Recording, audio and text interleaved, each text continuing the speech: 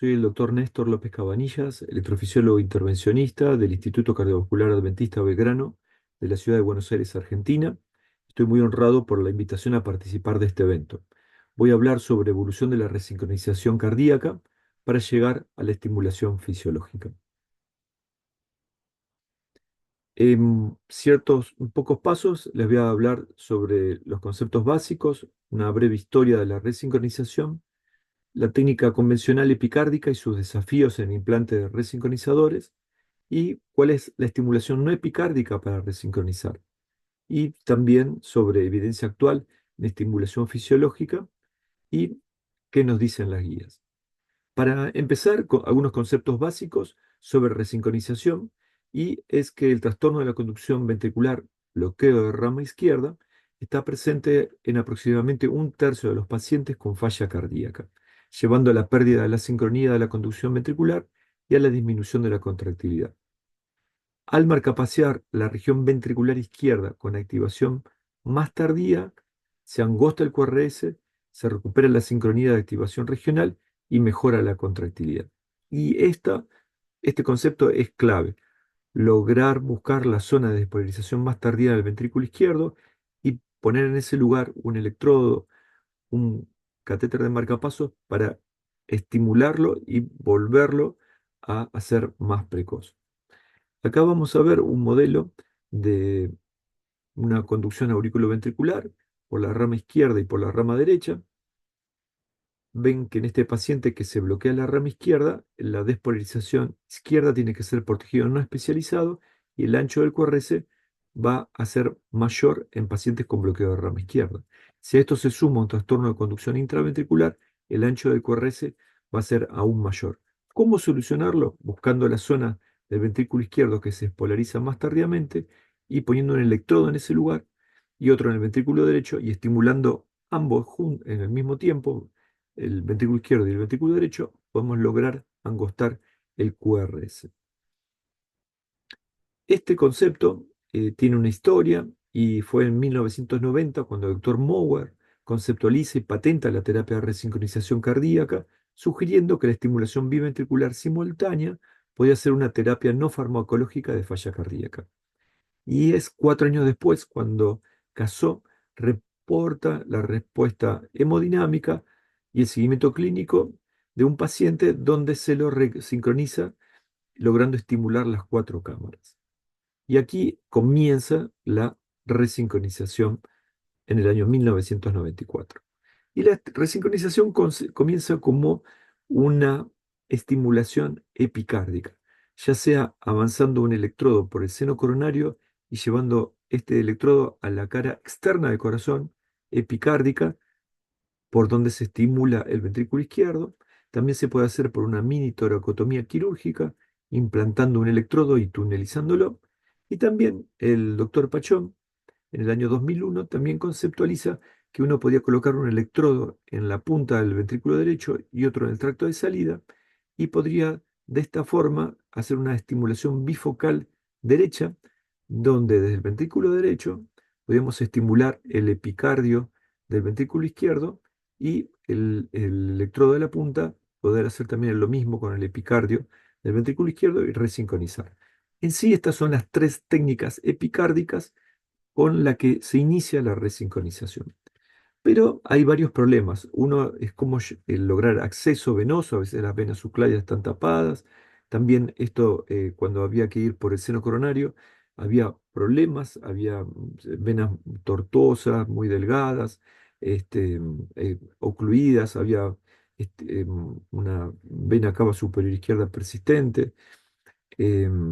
También había problemas relacionados con el electrodo, donde uno no logra implantarlo en el lugar correcto, porque no hay ramas, porque también había problemas porque el electrodo tenía alto umbral, había estimulación de nervio frénico, y a veces uno lo colocaba y luego se desplazaba. Entonces el desplazamiento del electrodo es otro inconveniente cuando uno implanta por el seno coronario. Y en esta evolución de la resincronización, la primera generación era un electrodo unipolar que se implantaba en el ventrículo izquierdo, en la cara epicárdica, y se estimulaba simultáneamente con el otro electrodo en el ventrículo derecho. La segunda generación ya implica implantar en el epicardio izquierdo un electrodo bipolar y poder decir, bueno, vamos a estimular primero el lado izquierdo, después el lado derecho, o ambos simultáneamente, o primero el derecho y después el izquierdo.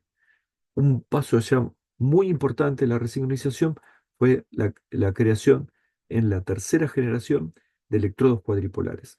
Acá ya uno podía elegir estimular entre el 1 y 2, del 3 y 4, entre el 1 y el polo distal del electrodo del ventrículo derecho. Entonces surgió el concepto de vectores, donde uno ampliaba las posibilidades de resincronizar. Para esto, bueno, se acompañó de todo un desarrollo de tecnología, los electrodos cuadripolares, ya les comentaba, al haber más polos, si haber un electrodo cuadripolar en el seno coronario, aumenta el número de vectores, también acercando los polos 2 y 3, polos 2 y 3, podríamos hacer que el campo de estimulación sea más pequeño y evite la estimulación del nervio frénico. También la colocación de esteroides en los electrodos mejoró los umbrales, también la forma del electrodo permitió su fijación. Como así también surgieron electrodos con fijación activa que permitieron evitar el problema del desplazamiento. Pero todos estos electrodos había que colocarlos y entonces surgió toda una serie de técnicas para poder sobrellevar las mil y unas dificultades por el seno coronario. Asimismo, hubo que desarrollar catéteres para canular el seno coronario, para canular las ramas del seno coronario, para navegar dentro de las ramas. También hubo la necesidad de usar diferentes guías, usar contraste, usar material de hemodinamia como la llave INI, usar balones, usar también lazos. Entonces ven cómo el colocar un electrodo por seno coronario requiere ya características de un hemodinamista, de un cardiólogo intervencionista, y esto, lograr el éxito es posible, pero hay que aumentar mucho la capacitación del electrofisiólogo. Para sobrellevar problemas surge la cuarta generación. En la cuarta generación está la tecnología de fusión y la tecnología de estimulación multisitio y multipunto. Vamos a ver acá cómo en este paciente con bloqueo de rama izquierda, la estimulación va por la rama derecha y que despolariza el lado izquierdo. Entonces, la idea de la tecnología adaptativa o de fusión es buscar el timing, el tiempo auriculoventricular para que la despolarización vaya espontáneamente por la rama derecha y en el momento que se despolariza el ventrículo derecho, enviar un estímulo del lado izquierdo, buscando el correcto intervalo AB para lograr hacer esto. Entonces, de esta manera, solamente estimulando el lado izquierdo, en el momento exacto de la disposición derecha, podemos resincronizar. La otra tecnología es la tecnología de estimulación multipunto, donde uno puede estimular de a pares del polo 1 y 2 y del 3 y 4 junto con la estimulación del lado derecho, en lugar de hacerlo solamente en un par de puntos. La otra estimulación, el triple sitio, multisitio, es una manera de resincronizar donde tenemos que poner dos electrodos en el seno coronario y el electrodo en el lado derecho. Y de esta manera, más masa ventricular puede ser despolarizada si estimulamos de electrodos en venas diferentes. Pero todo este desarrollo de tecnología permitió un 97% de éxito. Pero este éxito, cuando se lo analizó en el estudio MADID-CRT, es el éxito de lograr implantar un electrodo en el lado izquierdo. Pero ¿dónde estaban los electrodos? En un 52% estaban en la cara lateral, en un 13% en el ápex, que no es un sitio ideal para resincronizar, otro porcentaje estaban en la cara anterior y posterior, y un 7,5%, que en algunos trabajos es hasta el 12%, no se podía implantar electrodo alguno. Entonces, el éxito de la resincronización no es solamente el poder liberar un electrodo en algún lado del ventrículo izquierdo y después, si sirve, eso ya no me interesa. sino es colocarlo en la cara correcta y eso, cuando se analizan la ubicación de electrodos, no es tan fácil.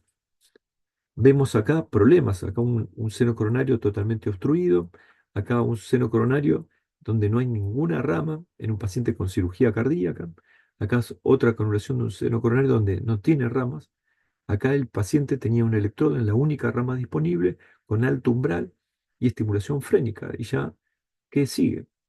Acá era un paciente que se intentó poner por el seno coronario, no se pudo, fue un cable epicárdico, al poco tiempo desarrolló alto umbral, después se quiso colocar nuevamente uno por el seno coronario y se desplaza.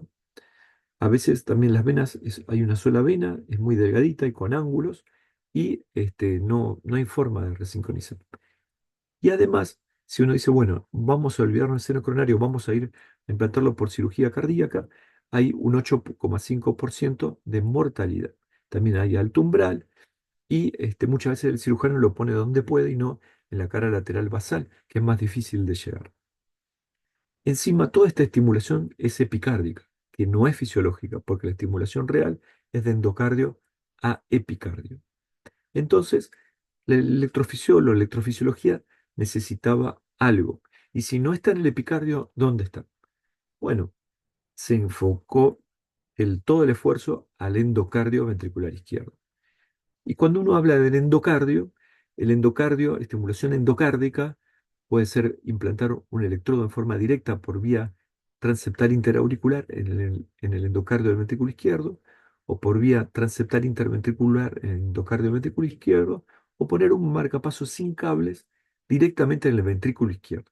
Todas estas terapias requieren anticoagulación por el riesgo de trombosis, pero son terapias de resincronización endocárdica implantando en forma directa un electrodo en el endocardio. La otra forma es utilizar la estimulación del sistema de conducción para llegar al endocardio ventricular izquierdo y así resincronizar. De esta manera surgieron varias terapias. Entonces, todas las terapias de resincronización directa es por estimulación directa del endocardio ventricular izquierdo y otras que despolarizaban indirectamente el sistema de conducción usando la estimulación en el área de His, donde uno puede sobrepasar el área de bloqueo, y la estimulación de la rama izquierda, colocando un electrodo profundo en el septo. Entonces acá podemos completar la historia de la resincronización. Ya habíamos hablado de 1990, 1994 con un caso. Sigamos el año 1998, cuando Yaiz describe la técnica de resincronización transeptal implantando un electrodo en el endocardio del ventrículo izquierdo. En el 2000, Deschmuck ya él dice que era posible estimular la zona de His, pero fue en el año 2005 cuando Moriña Vázquez, nuestro fisiólogo español, publica el primer caso de resincronización selectiva utilizando la estimulación de la zona de His, pudiendo sobrepasar la zona de bloqueo de la rama izquierda y resincronizar. Y otro gran paso fue en el año 2017, cuando Juan publica el primer caso de resincronización implantando en forma profunda en el septo interventricular un electrodo que lograba despolarizar la rama izquierda. Esta es nuestra experiencia con la técnica Shurdam, donde implantamos en pacientes un electrodo por vía transeptal interauricular, electrodos en el ventrículo izquierdo. Vemos acá en la proyección oblicuo izquierda cómo este electrodo queda en la cara lateral del ventrículo izquierdo endocárdico y este electrodo en el ventrículo derecho endocárdico. Esto fue publicado en la revista Rhythm y mostramos los excelentes umbrales en el seguimiento a largo plazo, la mejoría notable en la clase funcional y la gran mejoría en la fracción de eyección. Pero esto estaba relacionado con la presencia de accidentes cerebrovasculares, de stroke, que a pesar de anticoagulación se podían producir por diferentes causas, muchas veces la suspensión de la anticoagulación, pero había un riesgo inherente. Un trabajo muy interesante fue este trabajo del año 2019 que en pacientes que se iban a implantar marcapasos o resincronizadores y que tenían bloqueo de rama izquierda, se colocó un electrodo decapolar por vía retroaórtica a lo largo del septum interventricular del lado izquierdo y otro catéter en GIS, y se vio que en pacientes con bloqueo de rama izquierda, la gran mayoría, un 64%, eh, cuando se mapeaban los potenciales a lo largo del septo interventricular izquierdo, no se encontraban. Pero había un porcentaje, un 36%, de pacientes con bloqueo de rama izquierda, donde la conducción a través del sistema His-Purkinje estaba de- del sistema de Purkinje estaba conservado. Y vemos potenciales de la rama izquierda todo a lo largo del septum. Entonces, si la conducción por la rama izquierda estaba preservada, ¿cómo se produce el bloqueo de rama izquierda? La explicación es porque hay un bloqueo de la conducción intraventricular. En estos pacientes, si uno implanta un electrodo profundo en el septum hasta la rama izquierda, no vamos a poder resincronizar, porque la rama izquierda está intacta y el problema es distal. Entonces hay un 36% de pacientes donde, en teoría, no podríamos resincronizar haciendo una estimulación en la zona de His o de la rama izquierda. Vamos a ver entonces esto de la estimulación endocárdica del ventrículo izquierdo, tanto por estimulación directa o indirecta a través del sistema de conducción. Vemos que en pacientes de rama izquierda ya sabían, si hay un bloqueo de rama izquierda, el correce se ensancha, más aún si hay un trastorno de conducción intraventricular. Esto lo logramos angostar si colocamos un electrodo en el endocardio del ventrículo izquierdo y estimulamos también conjuntamente la rama derecha. Pero también este mismo efecto puede ser provocado cuando estimulamos en la zona de His, porque si la estimulación de la zona de His sobrepasa la zona del bloqueo de rama izquierda y logramos estimular la rama izquierda, vamos a estimular por las dos ramas y vamos a angostar el QRS. También se puede angostar cuando uno estimula directamente la rama izquierda. El marcapaseo, este es un caso de paciente con un electrodo en la aurícula, otro en el GIS y otro en el ventrículo, que parecía ser una técnica promisoria, simple, pero empezó a haber problemas, como había problemas de inadecuado fijación, con caída, desplazamiento del electrodo, umbrales altos, con mayor gasto de batería. Al estar entre el aurículo y el ventrículo, este electrodo podía censar equivocadamente la aurícula o podía haber ondas R muy pequeñas. Entonces empezó a haber diferentes problemas que ya le vamos a comentar. La estimulación de la rama izquierda es algo muy interesante. Ven desde el endocardio ventricular derecho, si transparentamos la rama izquierda, vemos el área tan grande de rama izquierda que si uno avanza un electrodo en esta zona, podríamos llegar a ella y estimular. En cambio, la zona de His es una zona muy puntual, pequeña de llegar. Entonces la estimulación de la rama izquierda empezó a tomar más fuerza. Acá ven el electrodo en el espesor del septum interventricular para estimulación de la rama izquierda. Pero tanto en la estimulación gisiana como en la estimulación de la rama izquierda para resincronizar empezó a haber problemas. Como les dije, hay un 36% de pacientes que no se pueden resincronizar porque hay un trastorno bien distal del sistema de conducción. Entonces, en algunos pacientes que se lograba una resincronización incompleta, se decidió, si el electrodo, tenía un electrodo en la zona de His, agregar otro electrodo en el seno coronario y hacer una estimulación eh, que llamamos LOT-CRT, una estimulación entre la rama izquierda y entre el His y el seno coronario. Eso es hot de His. Cuando hablamos de LOT-CRT, el LOT-CRT ya es una estimulación, se hace una resincronización estimulando un electrodo profundo en el septum interventricular, estimulando la rama izquierda, y otro electrodo en el seno coronario. Poco a poco fueron apareciendo estudios como este del 2020 que comparaban la estimulación de His, la rama izquierda y la estimulación biventricular por seno coronario. Y los hallazgos fueron más que nada en el ancho del QRS, donde se vio que la estimulación fisiológica, que es la del GIS y la rama izquierda, te daba QRS más angostos que la del seno coronario, que había más aumento de la fracción de eyección cuando hacíamos estimulación fisiológica, que los umbrales del GIS eran altos, más bajos en la estimulación biventricular, pero aún más bajos cuando estimulábamos la rama izquierda. Y estos umbrales se mantenían buenos en el seguimiento a largo plazo. En este estudio que participamos con el doctor Romero de la clínica de Brigham and Women's de Estados Unidos, también centros de acá de Colombia, y nuestro centro en Argentina, se intentó mostrar, ver qué pasa cuando uno dice voy a hacer estimulación de la rama izquierda, no cuando fallo, luego de un problema a través del seno coronario, sino randomizar pacientes. Bueno, si necesitan pacientes para resincronizar, hacemos la terapia de estimulación de la rama izquierda como primera opción y en otro grupo la del seno coronario como primera opción. En este estudio se mostró que el resultado final combinado de hospitalizaciones por falla cardíaca y toda causa de mortalidad era mucho menor en el grupo de estimulación de la rama izquierda que en el biventricular. Pero el éxito del implante era mayor cuando uno iba por el seno coronario.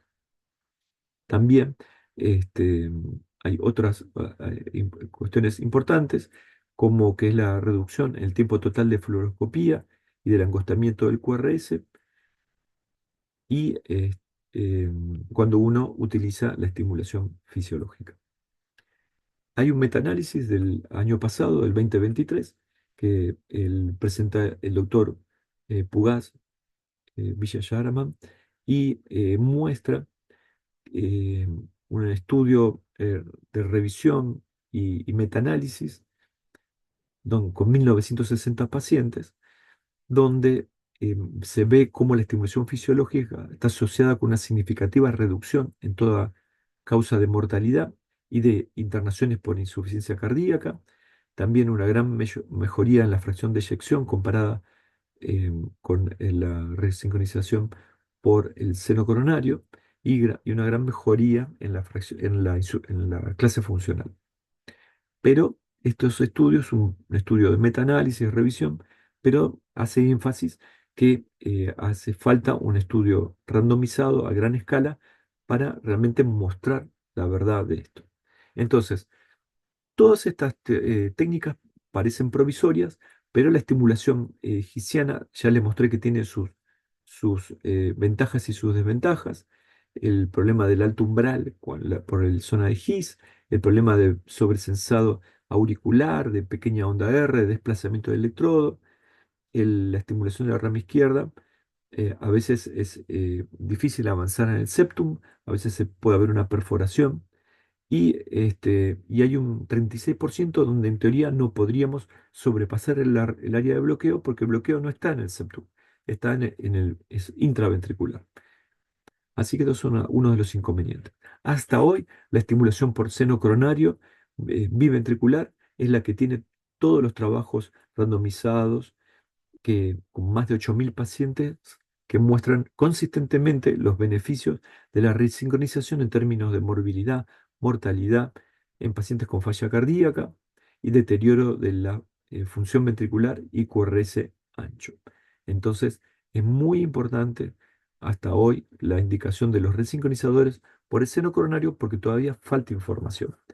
En el año 2021, las guías europeas ya tímidamente empezaron a mostrar indicaciones de estimulación fisiológica y mostraban que la estimulación gisiana para resincronizar podía ser una opción luego del fallo por el seno coronario.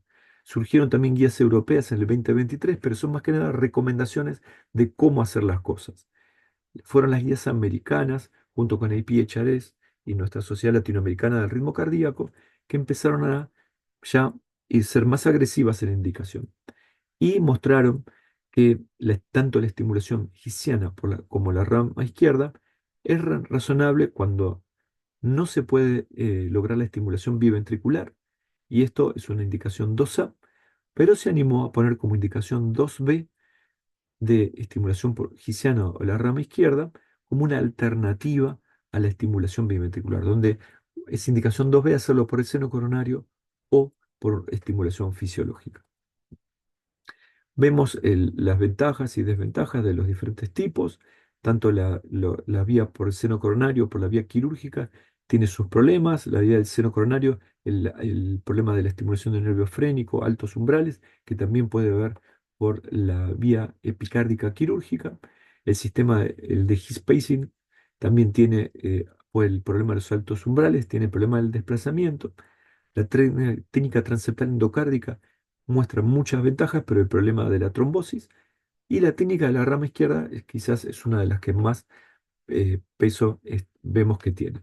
Entonces, para terminar, actualmente la terapia de resincronización biventricular es la única terapia que realmente mejora la clase funcional, la sobrevida y disminuye la, la carga de trabajo ventricular y las hospitalizaciones.